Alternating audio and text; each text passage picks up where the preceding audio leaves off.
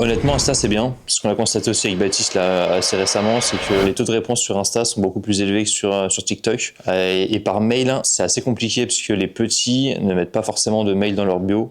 C'est souvent les gros en fait qui linkent leur mail. Donc je dirais que Insta, ça reste le moyen le plus fiable. Le faire à la main, ça reste aussi le moyen le plus fiable pour éviter de te faire bloquer, parce qu'il y a pas mal d'outils qui te permettent d'envoyer en masse du DM. Mais bon, t'as quand même des risques de te faire shadowban, donc c'est un peu chiant. Et en plus, dans tous les cas, t'es limité à une vingtaine de DM par jour. Déjà, en étant honnête, si t'envoies 20 DM par jour de manière vraiment régulière, ça fait quand même de la masse à la fin du mois. Si t'as pas de réponse, c'est peut-être aussi que ton message n'est pas bon. Donc en fait, le premier message doit toujours être très très simple. Moi, pour le coup, sur pas mal de brands, on a testé beaucoup de choses, des petits messages, d'autres plus longs. Ce qui marche bien, c'est quelque chose d'assez simple où déjà tu flattes le créateur en lui disant que son contenu il est super, ou alors que tu as trouvé ça vraiment génial la façon dont il faisait X ou Y, peu importe. Et après, tu t'introduis très rapidement et tu termines par une question. Mais le but, c'est que ton message il fasse 3-4 lignes max, que ça soit rapide. Ok, donc tu as un premier truc où tu le flattes, un deuxième où tu te présentes rapidement. Je suis Marvin, le fondateur de X. Voilà ce que je fais.